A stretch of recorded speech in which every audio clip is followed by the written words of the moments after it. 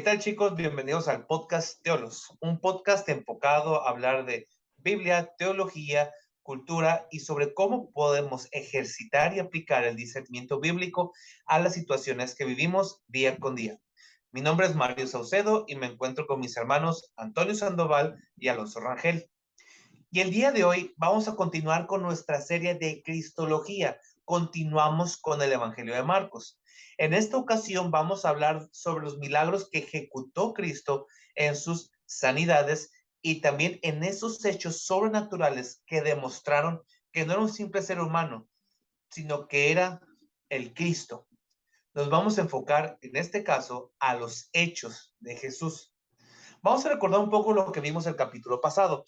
En el capítulo pasado, al momento de estudiar el tema del Evangelio de Marcos, vimos qué era lo que caracterizaba a la persona, el autor, que en este caso es Juan Marcos, fue un autor que debido al peso que sentía de las misiones, se echó para atrás y fue restaurado y fue cuando escribió este evangelio. Fue discípulo del apóstol Pedro y también pudimos ver que su audiencia es una audiencia no judía, sino gentil, debido a que podemos ver dentro de las evidencias del evangelio que explica algunos contextos, algunas palabras, ubicaciones geográficas y el énfasis de este autor de demostrar que nuestro Señor es el siervo sufriente de Jehová que es digno de imitar.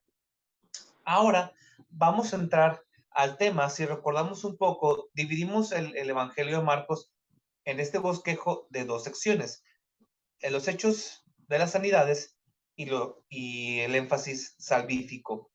Entonces vamos a hablar un poco de las sanidades. Vemos que Jesús ejecutó dos tipos de sanidades, las sanidades físicas y las sanidades espirituales. Vemos que los capítulos 1 al 10, en el primer bosquejo, Jesús enfatiza en llevar a cabo puros milagros. Vemos en el caso, por ejemplo, de la sanidad de la suegra de Pedro, que tiene fiebre. También en el capítulo 2 vemos la sanidad de, de un paralítico. Posteriormente, por ejemplo, en Marcos 1:25 estamos viendo la sanidad, una sanidad espiritual. En este caso es que libera a un hombre de un espíritu inmundo. Aquí estamos viendo que Jesús tiene autoridad sobre la naturaleza y sobre las huestes espirituales que se encuentran presentes. Vemos, por ejemplo, y es interesante porque, por ejemplo, empezamos con el capítulo 1 y vemos que Jesús es tentado. El Espíritu Santo lo lleva al desierto y estuvo allí 40 días. 40 días. Marcos omite el diálogo que ocurrió, que vemos más explícito en Mateo, pero dice, es interesante porque primero nos muestra, el Espíritu Santo lo llevó al desierto y lo llevó ahí con el propósito que fuera tentado por Satanás. Sabemos por la historia que Jesús tuvo victoria sobre esto, demostrando que es Señor y que no tiene inclinación hacia el pecado. Posteriormente, en la historia del versículo 21 al 28, vemos la historia y curiosamente creo que es el primer milagro que vemos aquí en el Evangelio de Marcos, que Jesús libra de un hombre que está poseído por un espíritu inmundo. Vemos aquí que dice, y el espíritu inmundo, sacudiéndole con violencia y clamando a gran voz, salió, y todos se asombraron de tal manera, discutiendo entre sí, ¿qué es esto? ¿Qué nueva doctrina es esta? ¿Con qué autoridad manda a uno de los espíritus inmundos y le obedecen? Entonces vemos dentro de los hechos de Jesús que él tiene autoridad no solamente de la naturaleza, porque vamos a ver más adelante un poco más el estudio de los milagros, sino que vemos que aún los demonios, los espíritus inmundos, están bajo la autoridad de nuestro Señor. Entonces creo que debemos hacer caso omiso a aquellas iglesias que enfatizan casi la omnisciencia de Satanás y que prácticamente están poniendo al mismo nivel jerárquico a Satanás que a Dios, cuando vemos que es absolutamente todo lo contrario. Satanás no tuvo victoria sobre nuestro Señor, ni siquiera Jesús batalló. O sea, fue algo demasiado sencillo para él vencer esas tentaciones que para él ni siquiera llegaron a ser tentaciones. Entonces, creo que es algo que necesitamos enfatizar y es la autoridad de Jesús sobre los espíritus inmundos. Sí, y yendo por ese camino de por qué Marcos habla tanto de sanidad, habla de los hechos de Jesús, es porque, como le dijimos la semana pasada, el énfasis de Marcos es mostrar que Jesús es el Hijo de Dios, así como lo dice desde el primer versículo. Y ahora, eh, ¿qué diferencias podemos encontrar entre lo que nos enseñó Mateo en su evangelio a lo que nos enseña Marcos ahora en este evangelio? Mateo se basa mucho en, en una biografía teológica de la vida de Jesús. Pero lo que trata de hacer Marcos no es irse por enseñanzas o hacer un compendio temático, más bien lo que quiere ver es que el Evangelio o las buenas noticias que Jesús vino a proclamar conllevan acciones. No es que simplemente nació Jesús en Nazaret, nació en Belén, en un pesebre, y llegaron y todos, y él mágicamente apareció y rápidamente está 30 años adelante y muere en la cruz y después, 3 días después, resucita y se acabó la historia. No, lo que nos quiere mostrar Marcos es que a pesar de ser un compendio de libro muy, muy corto, en estos 16 capítulos nos hace un resumen espectacular en que nos va diciendo cómo de paso a paso Jesús fue siendo verdaderamente hombre, verdaderamente Dios, porque nos muestra unos simples destellos, a veces unos vistazos de la humanidad de Jesús, pero también con los actos milagrosos nos está dando a entender que esta persona que verdaderamente es hombre, también verdaderamente es Dios, porque nadie puede hacer las cosas que él hace. En cuanto él sale de predicar en una sinagoga de los judíos, ve a un hombre endemoniado le libra de ese pecado. Bien podemos ver que con la voz de autoridad, el demonio inmediatamente se somete a una autoridad humana. Nadie, solamente Jesús, que es el Cristo, que es el Hijo de Dios. ¿Quién puede simplemente dar una orden a una enfermedad y al momento, en ese mismo momento, es sanada una persona? Vemos un leproso, creo que es la tercera persona que es sanada.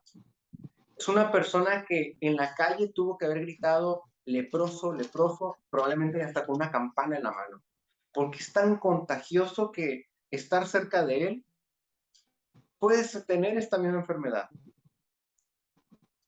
Simplemente Jesús toca a la persona y inmediatamente todas las llagas de las extremidades de las personas que estaban llenas de pus, que estaban casi hasta necrosas, estaban a punto de morir, inmediatamente recobran vida, las células son nuevas en el momento.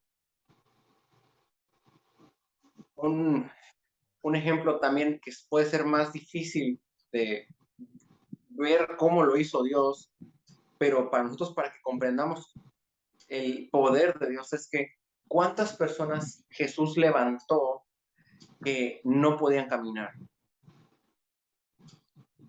Cuando Jesús le da una orden a personas paralíticas de nacimiento, tenemos que considerar que si desde la niñez tú no caminas y tienes fácil 20 a 30 años, tú no tienes músculos en las piernas.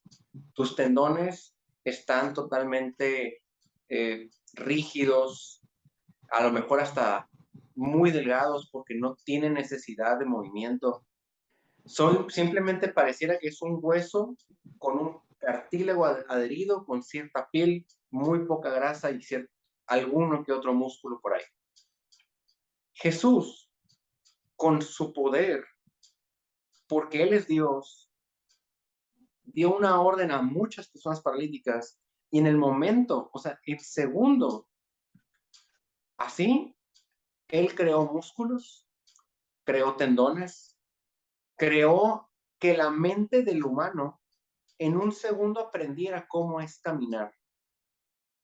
Cuando uno tiene un problema de columna y tiene que volver a aprender a caminar, a veces llega a tener meses de terapia en que su cerebro vuelva a adaptarse en cómo caminar. Y aquí Marcos nos narra demasiadas veces cómo que en segundos hizo Dios un milagro en la persona, en que como si hubiese reseteado el cerebro y le dio el conocimiento de cómo tienes que saber caminar, y al músculo le dio una memoria muscular para que sepa cómo es derecha, izquierda y pueda caminar como si siempre en toda su vida hubiera caminado. Bueno, con esto quiero decir que la obra de Jesús es impactante.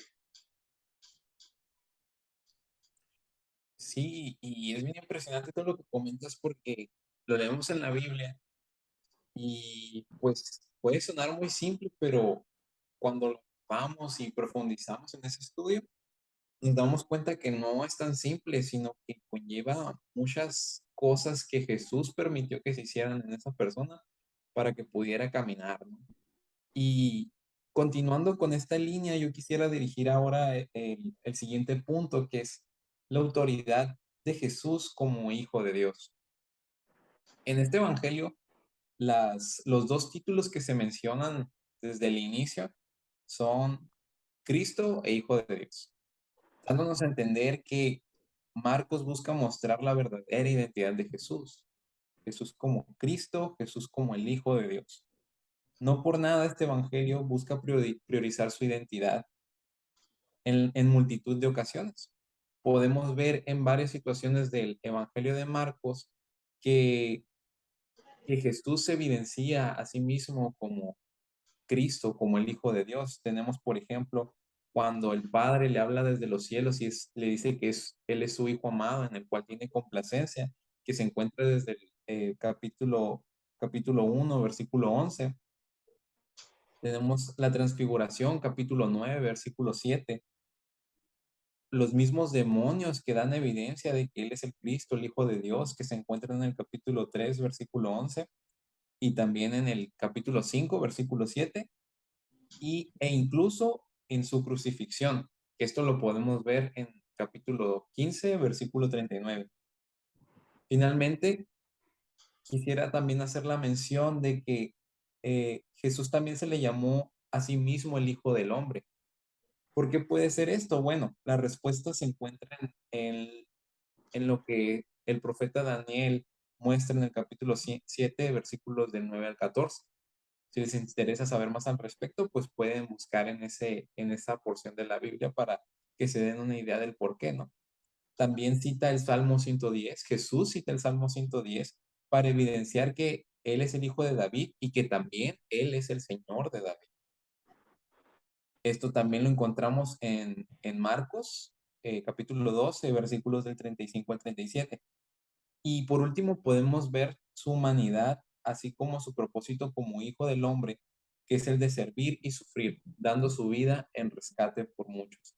Entonces, todo esto nos muestra que solamente y exclusivamente el que es considerado el Hijo de Dios, el Cristo, el Hijo del Hombre, puede ser capaz de lograr todas estas hazañas, todas estas acciones que Marcos se encarga de mostrarnos detalladamente y no pasar desapercibida ninguna de ellas, ¿no?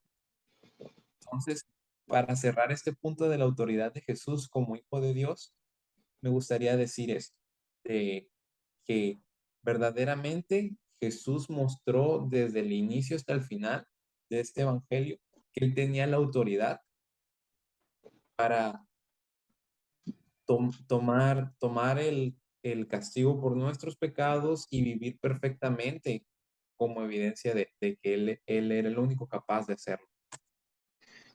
Y de hecho, quiero rescatar algo que tú dices, ¿no? De Marcos se enfrasca en demostrar que Jesús es el Hijo de Dios, que es divino. No, no tanto como lo hace el Evangelio de Juan, no me quiero adelantar, pero vemos este énfasis por parte de Marcos.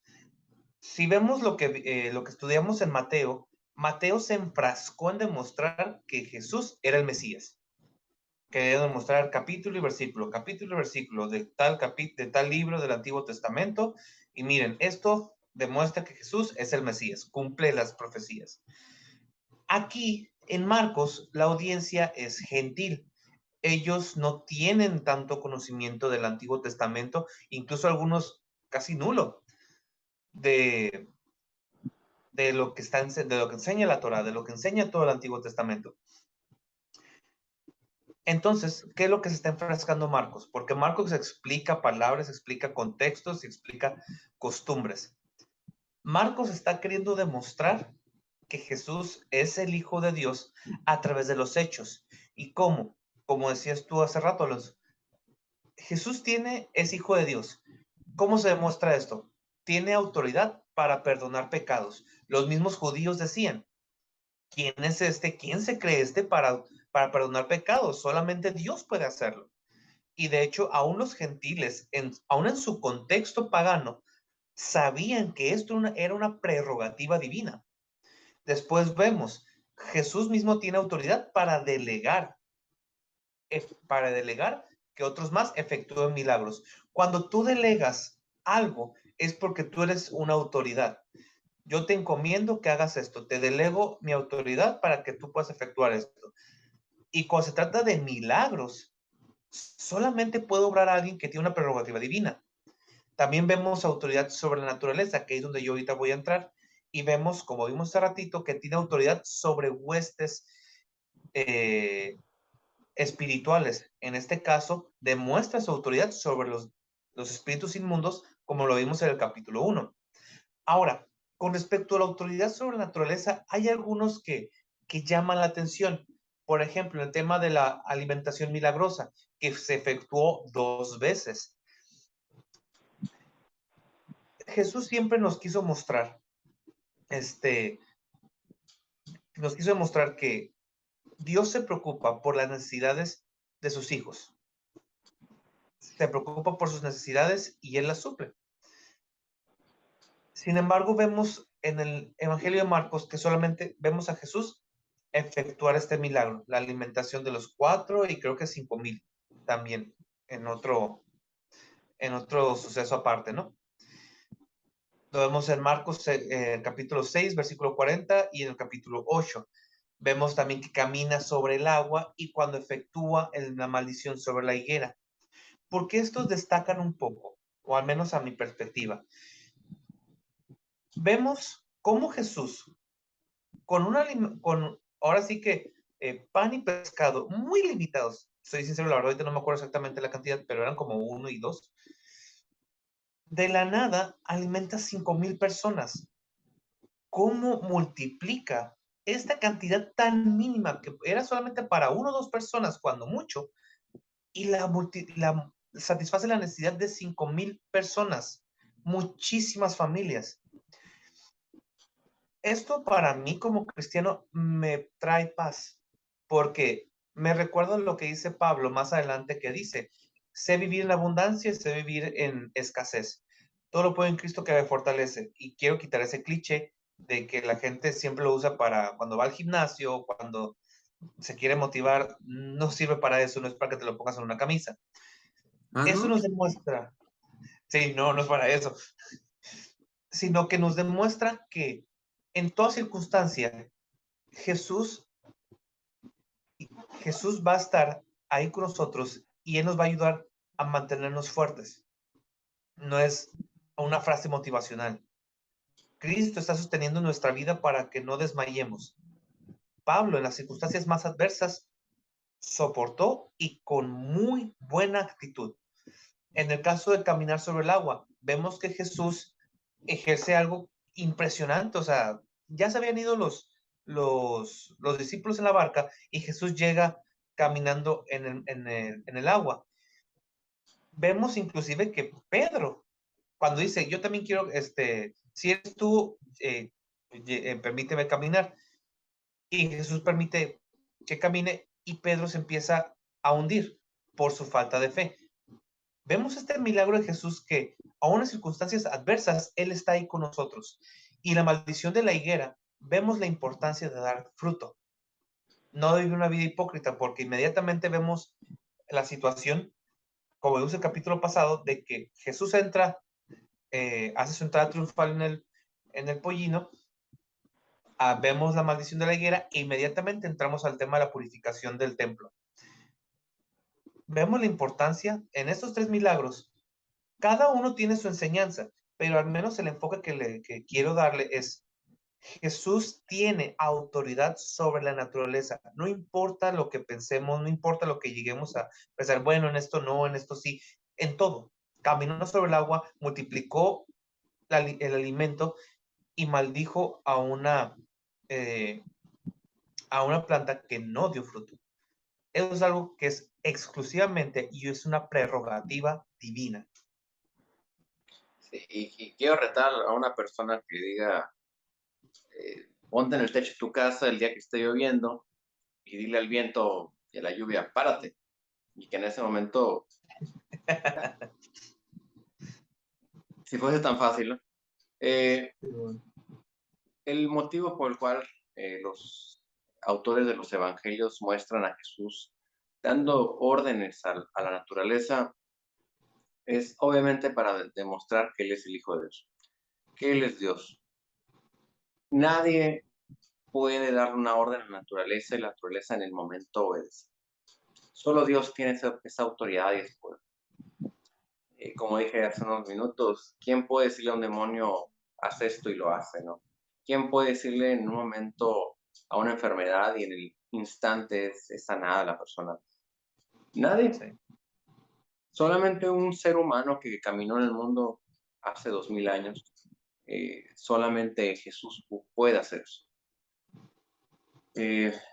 Y luego, ¿por qué también Marcos utiliza o enfatiza ciertos caracteres que tiene Jesús como la omnisciencia? Que esporádicamente vemos a Jesús teniendo ya sea un debate, ya sea que fariseos, escribas, saduceos, herodianos lleguen con él a hacerlo quedar mal ante la sociedad. Y Jesús utiliza la omnisciencia, o sea, que Él lo sabe todo, y sabe lo que está en la mente de las personas, y por conocer lo que piensan, hace a veces, o si no es que muchas veces, una pregunta que ellos tienen en su corazón, que ni siquiera lo han dicho, no lo han gritado al viento, y Jesús ya está respondiéndoles, ¿no? Digo, igual como Mario diría, sin querer adelantarme, pero Juan 3, cuando tiene una plática Jesús con Nicodemo, se hace hasta gracioso, ¿no? Que Nicodemo llega con Jesús y lo está saludando, y en ese saludo Jesús dice, ya sé lo que me vienes a preguntar, te voy a decir lo que tienes que haberme dicho, ¿no?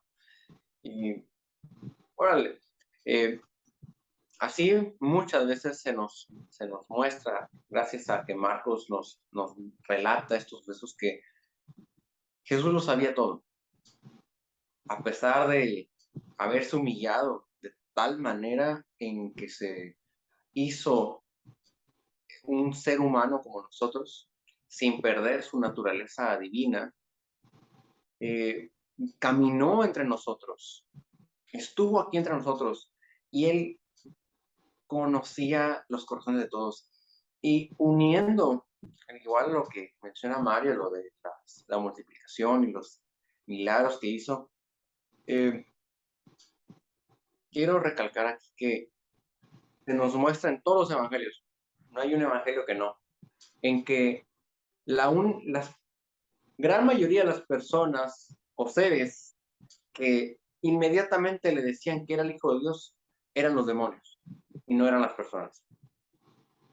Las personas lo que hacían, la gran mayoría, no todas, pero la gran mayoría, era buscar a Jesús por beneficio, porque sabían que Él daba comida gratis, porque sabían que si tú ibas y tocabas tan siquiera el borde del manto, tú podías ser sano.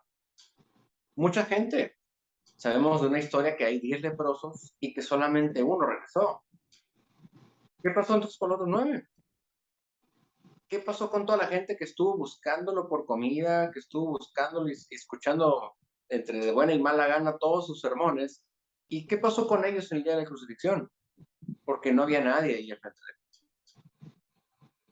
Tengamos cuidado de no buscar los beneficios de Dios sin buscar estar siempre delante del rostro de Dios. Busquemos estar en el cielo porque está Dios ahí y no porque hay beneficios en el cielo. No busquemos así que el cielo porque hay un piso de oro. No, no busquemos el cielo porque hay un mar de cristal.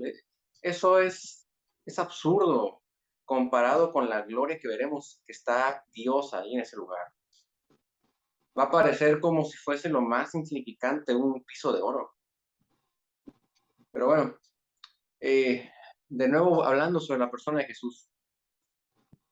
Otra manifestación que nos muestra Marcos sobre la divinidad de Jesús es que, aparte de ser omnisciente, él profetiza muchos sucesos que van a pasar en un futuro, tanto inmediatos y como en años postreros.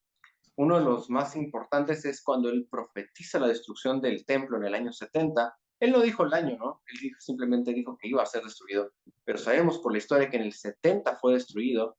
Y también por narrativa de la misma Biblia sabemos que Jesús le profetizó a Pedro de que iba a negarlo. Y damos ciertas vueltas a las hojas en la Biblia y sabemos que sucedió así. A veces nosotros por ser creyentes, como que inmediatamente tenemos un chip en la mente que decimos, Jesús es Dios, fácil.